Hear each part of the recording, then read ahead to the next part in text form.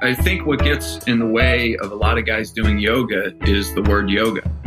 And the problem is it's their idea about what it is instead of really truly what it is. Thanks for checking out Guys Talking Yoga. So this podcast is focused on getting more men into yoga by raising awareness of its many benefits through conversations with other guys. I'm your host, Derek Vander Walker, and today's guest is Johnny Gillespie.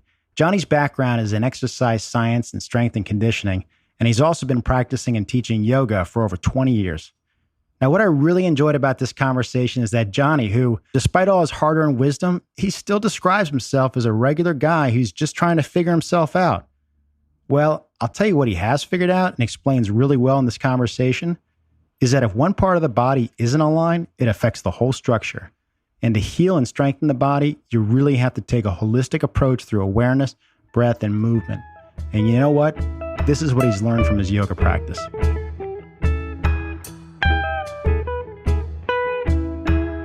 So Johnny Gillespie, great to have you and welcome to the show. Thank you, Derek. I appreciate you taking the time to talk with me.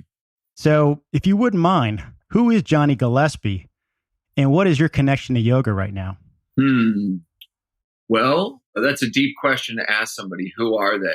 Because if I was going to give you a really, really deep answer, I'd say, I don't know. I'm trying to figure out who that guy is every day. But I'll just say professionally, I've spent the last 26 years as a personal trainer, a strength and conditioning specialist working with athletes. And 5 years into my career, my body was all banged up. I was a banged up jock. And in March of the year 2000, I walked into a hot yoga studio and I hated it. And to say I hated it, it's an understatement. But then I woke up the next day and my back didn't hurt. And I knew that there was something there more than stretching because of my background in exercise science. So that started a whole shift in my life and a change in my journey of what I do. And I went on to open 4 different yoga studio locations and got really, really into practicing yoga. And at the same time, grew a fitness business.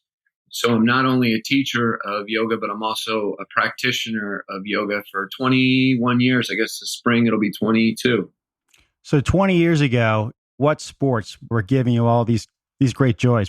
Yeah, I was playing ice hockey then, but I was having a hard time playing because of back pain. Yeah, I think many of us hockey players know that lower back pain. So I feel you. I still play hockey and it's yoga, I think, that keeps me on the ice. Yep. So why did you consider yoga? Like, why at that point were you like, hey, I'm not doing so hot. I gotta get in something to help me out. Why yoga? How did it come on your radar? I think that what I did is what I've learned over the last 22 years most people do, which is yoga is like the last stop on trying to find the remedy to heal your pain. So I started with physical therapy. I moved into massage. I tried acupuncture. I tried chiropractic. I tried all different kinds of things and nothing was working. So in a last ditch effort, I kind of went to yoga.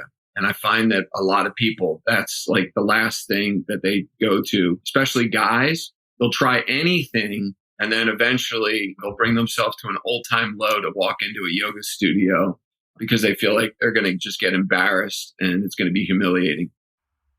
Yeah, it's interesting. I feel for me, I always had this hope that whatever my back issues were, that there was something to figure out and sort out. Yep. And I got to a certain point where I was getting not just frustrated, but also like just watching the bank account shrink going to all these other people, physical therapists, acupuncturists, massage therapists, trainers, and they all have their best intentions. But at a deeper level, there might be something else going on that undermines what they're trying to achieve. And for me, and it sounds like for you and maybe other guys who've gotten into yoga, at a certain point, you're just like, I got to figure this out within me.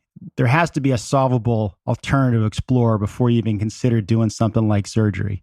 Yeah, I mean, that first class, which I toyed around with yoga from 1995 to 2000, but it wasn't enough of a workout for me. It didn't give me a pump because, again, I'm like between 23, 27. And then so I was in enough pain that day to go to the class. Because of my background in exercise science and strength and conditioning, I knew that there was a lot more to it than just stretching, but my skill set was pretty small outside the box of strength and conditioning and weightlifting and running and training. my skill set was small when it came to really looking at the holistic nature of the human brain and the human body. So yoga just started to crack open and broaden my perspective. So when you went to that first class, how would you describe the feeling for what you were noticing in your body and what you sensed was working with yoga? Well, I would say that very first class, it sucked. It sucked so bad. The room was so hot. I was hungover. I was so freaking tight. I was so muscle bound. So there was really nothing pleasurable whatsoever about that class. And I have a very elongated story on what actually happened during and after that class that would take me about 15, 20 minutes to tell, because it kicked my ass in a way that I'd never had my ass kicked. It was so humiliating. And then again, I woke up the next day, my back didn't hurt as much. I'm walking around my apartment. I'll never forget that morning. And I just had this moment where I'm like, what I'm doing is not working. And something worked there. So, and every time I went back to class, it was like there was a little more insight into understanding really what yoga actually was, which I don't think is taught very well as far as understanding really how the practice works. Most people think it's just a bunch of stretching, and you couldn't be more far from the truth. Yeah, I'm with you. I think the one gift that yoga has given me that I bring on the ice, the golf course, playing tennis, going for a run, biking, is having intention in what you're doing. And I've actually got injured in the past stretching without having any clue and awareness of what I'm doing. Yeah, I tell people all the time, Derek, I'm not a big stretch guy. I'm not into stretching. And people will look at me like, you're a yoga guy. I'm like, I'm not into stretching, not in the conventional sense. Like a contemporary look at what stretching is what I'm into, but not a conventional kind of way that people would look at just trying to pull on a muscle. For me, one of the big door openers was the idea that the reason why it seems to lengthen and strengthen you is the fact that you are working within your own nervous system to teach the muscle to work on a longer length and be able to have different types of contractions to support different alignments and postures and just relationships with the rest of your body. And what's so empowering, I think, about yoga is when you realize that this ankle or this knee or this shoulder that's been hanging you up for so long, you can actually start to work your way in there by bringing that intention into that joint, into those muscles, slowly bringing some heat and some awareness in there. And pretty soon, those muscles know what to do. They may not be firing on all cylinders right away, but you can wake up these parts of your body and then start to weave them back in to what they're supposed to do with other muscles and joints and relationships in the body. And it may look like stretching to some people, but my feeling is it's really just a matter of reconnecting with those muscles and just patiently letting those things find their organic intelligence, because you now have a sense and a feeling in a spot you didn't have before. Yeah, no, that was very poetically said. Yeah, because we are one organism. And so what I did previous to that yoga class was I had studied individual muscle function, exercise technique, and program design. And so I was very much so working on pieces. And the organism of the human brain body is trying to work as one organism. And so what you can really learn from practicing yoga is that everything's supposed to be working as one organism in a very cohesive and fluid way. And so a lot of times what's happening with most people, guys and women alike, is that their body's working in pieces. It's not working collectively. And what you can start to learn through the practice of yoga, if you have the right teacher and you have the right practice, is how really what you're working on doing is creating and building awareness on how everything is trying to work. Just say from a structural perspective, your feet, your legs, your hips, your core, your shoulders, your arms, your head position. And if any one part of your body isn't really well aligned, then it ultimately is going to affect the greater fabric of the whole structure as it's trying to move as one cohesive unit. Yeah, I really like the way you laid that out, because I think about the metaphor of like a symphony. And if the tuba player or the trombone is just out of whack, it just stands out big time. And your body is like a symphony. And injuries are a part of your body being like an instrument out of tune.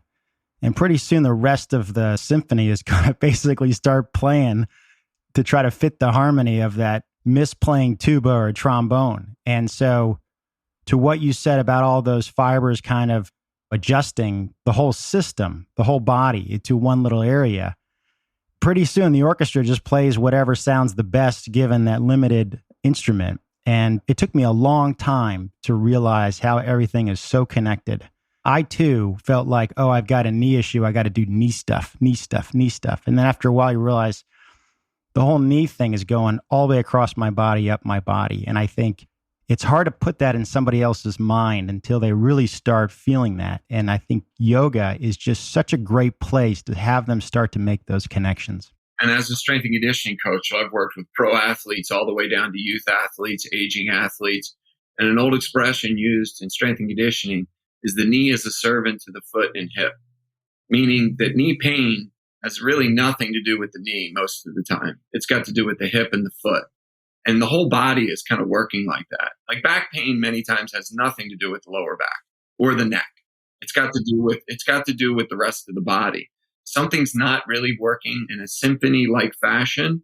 And so you've got to really create more of a holistic approach to kind of what's going on to be able to create long-term healing and long-term pain relief.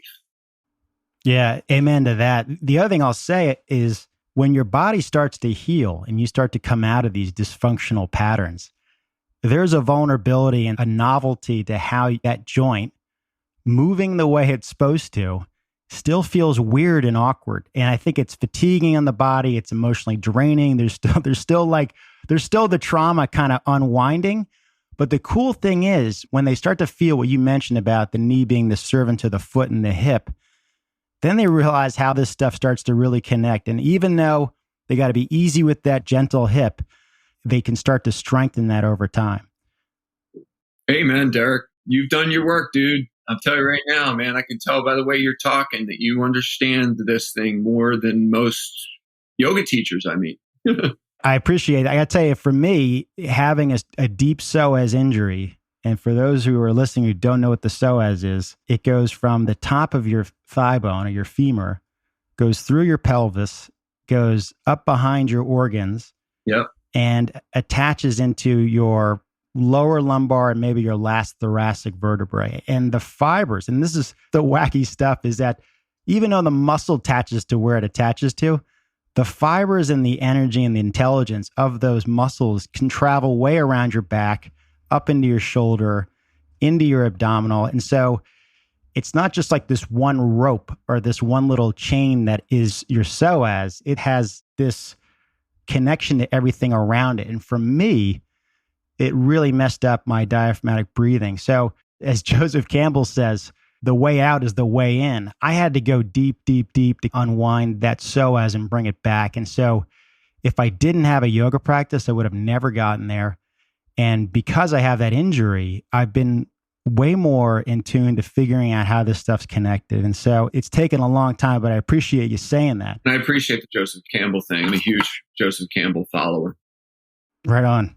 So Empowered Yoga, you've got a studio in the Wilmington area called Empowered Yoga. You've got a program called The Balanced Athlete. So tell me a little bit about how you design your curriculum at your studio. Describe what the balanced athlete means to you. Yeah. So I'll be real quick with summarizing 20 years, right? So I started practicing yoga in March of 2000. I went from zero to Oprah, as my friend Jackie Bonwell likes saying, in like a day. And as I started studying it, then I opened up a studio within a couple of years. And I was teaching a ton of yoga. I was still a strength coach. I was still a trainer. And I was growing a fitness business alongside of it.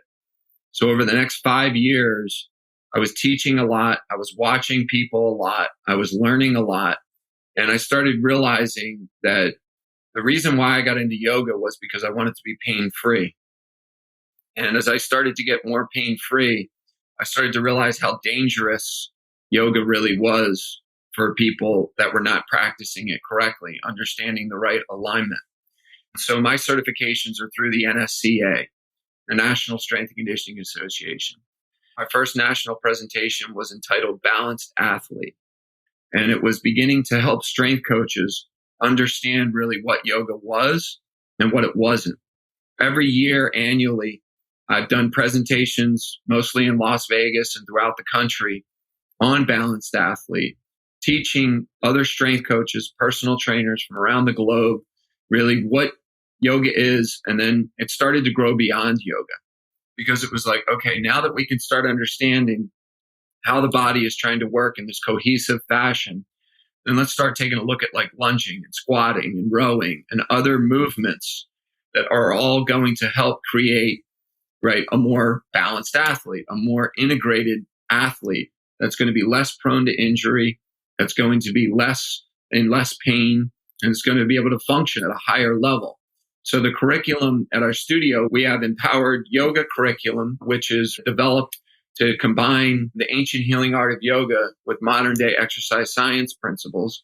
And then we have Balanced Athlete. It's all barefoot, where we're incorporating kettlebells and dumbbells and other forms of resistance that can help person, once they've developed this awareness that I developed through practicing yoga, to start developing it into developing more strength, more power, more agility, more things that can help them basically augment their yoga practice. Or somebody who maybe isn't interested in practicing yoga, that wants to be out of pain, that wants more functionality, is going to be able to engage in that program to help them take it to another level. That's awesome. So you said you do this all barefoot, right? Do you start with sort of a super light load to get them feeling that grounding through their feet, through their ankles, through their knees? Because I feel like with weightlifting, so much of it is just leaping over the real subtle stuff. Every Balanced Athlete class we have starts without weights for about 10, 15 minutes, sometimes up to 20 minutes.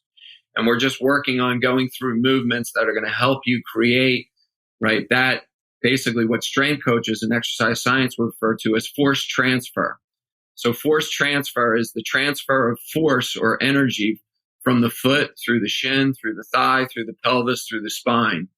And then so we want to be able to create that basic fundamental ground force transfer awareness before we start to pick up any weight or anything like that.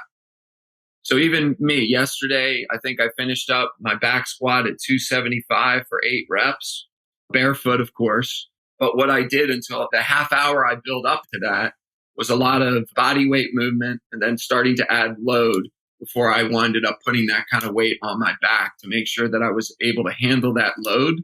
So that's basically what we're doing within Balanced Athlete. And so where does breathing come into your program? Well, everything starts and ends with breathing from the moment we're born to the moment we die. So it's all about breathing. Everything's about breathing, right? Every movement we're focused on breathing in every movement.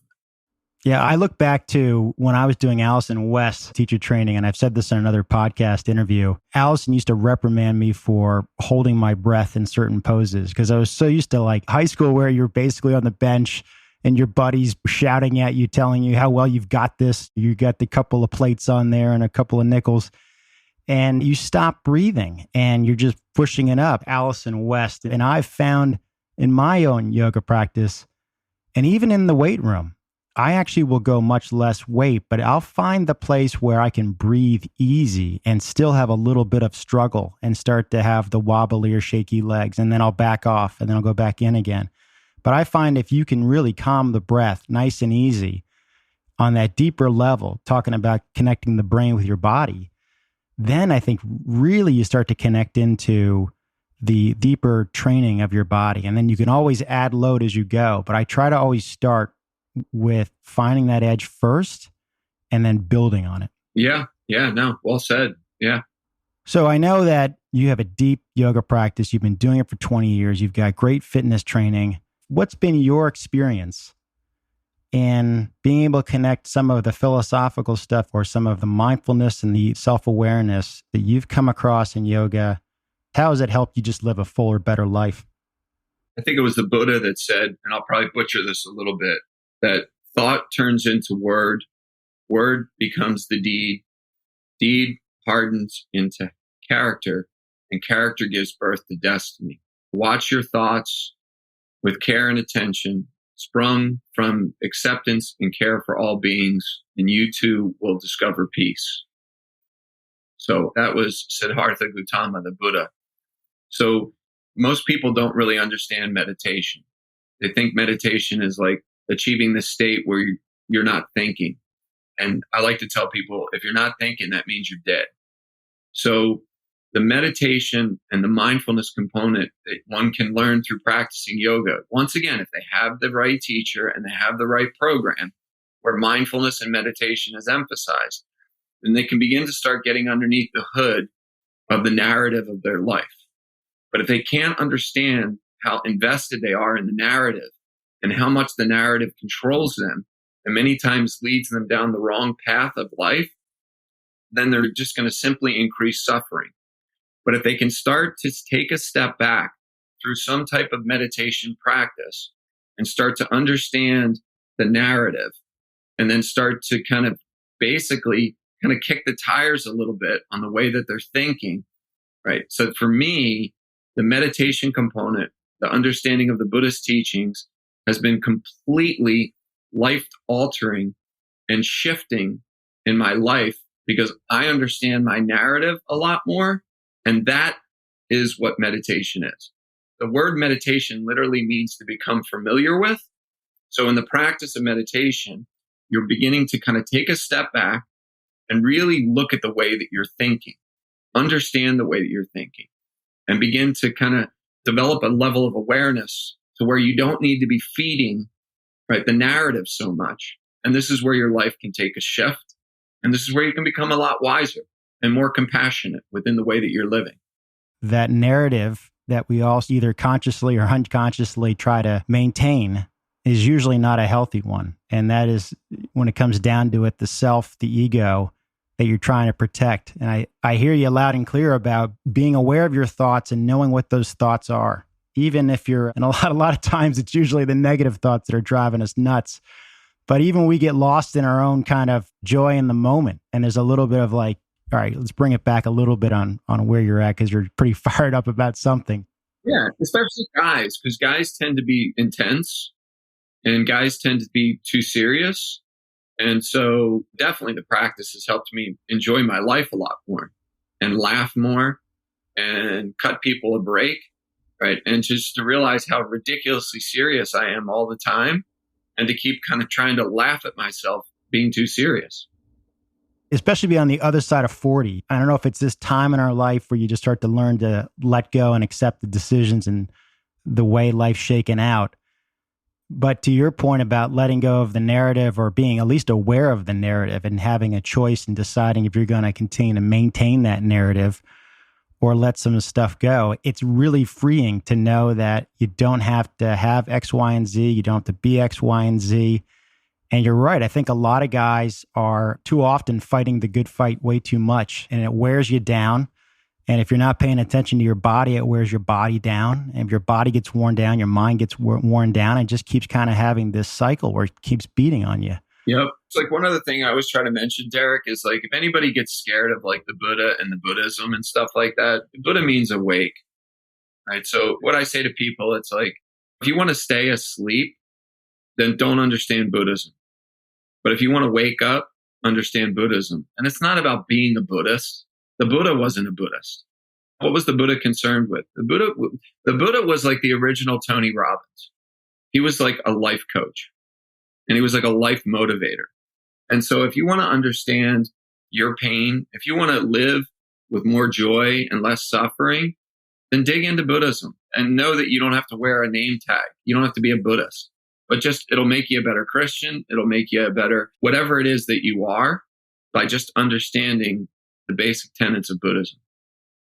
And I feel like even if you go into learning the basics of yoga philosophy, you can just see how it influenced Buddhism. Yeah. And you're right. You don't have to be a card-carrying Buddhist to appreciate the benefits for having be conscious of your thoughts, conscious of your mind, and realizing you have a choice to let those thoughts go and find peace and happiness and letting a lot of things go. What would be the advice that you give to guys listening on not just how to start it, but how to sustain it and grow it? Well, the first thing, and I tell this to men and women, it's like if you come to a studio and you try yoga and you don't really like the studio and it didn't speak with you or the teacher or whatever, then go to another studio. Find a place and a teacher that speaks to you, because the practice of yoga itself is essential as brushing your teeth. And so you want to just be able to just try to find the right spot. And once you can find the right spot, you can find the right teacher, and you'll start to understand really what the practice and how it can really enhance the quality of your life a lot. I think what gets in the way of a lot of guys doing yoga is the word yoga. And the problem is it's their idea about what it is instead of really truly what it is. And what it comes down to is having the right teacher and the right program that can get somebody to really understand really what the practice can do for them, and how understanding really truly what it is, what could wind up being the door that opens up for them to be able to see, right, that there's a way out of this thing. It's spot on, because I think everyone comes with their own perceptions of what to expect. And they're sort of, I think, sometimes looking for a reason maybe not to enjoy it. But Always. If they don't quite have it at first class, there's so much else out there. I mean, I started with Bikram. I don't do Bikram anymore. It's not for my body. It's not what I need. But there's so much other yoga out there. Yeah, I mean, most people don't realize that in 2000, when I took that class and I did a lot of Bikram, and then I just started just looking up. The internet was just getting going. I started looking up, and the next thing you know it, I'm going up to New York City every other weekend on the train. And I'm going from yoga studio to yoga studio, realizing that there's hundreds of different approaches to yoga. Johnny, I got to tell you, it's taken 4 years, but the universe has connected us. I appreciate you spending time and sharing all your great thoughts. I appreciate you doing what you're doing, trying to help guys out there. And thank you. Thank you for your time. Right on, man. And thanks for sharing. Take it easy, brother. Hey, that was a great conversation with Johnny. You know, he's one of the more spiritual guys I've met along the way, who is a super guys guy, but also really deep into the spiritual stuff and has an appreciation for all of the things that we run into, not only in the gym or on the ice or in the studio, but just life itself. So here's one tip that Johnny shared that I think you guys should think about, which is go out and find 3 yoga studios in your area, and make a conscious effort to go to each one and take 2 different classes with different teachers at each one of those 3 studios. So that's it. Thanks for listening, and talk to you soon.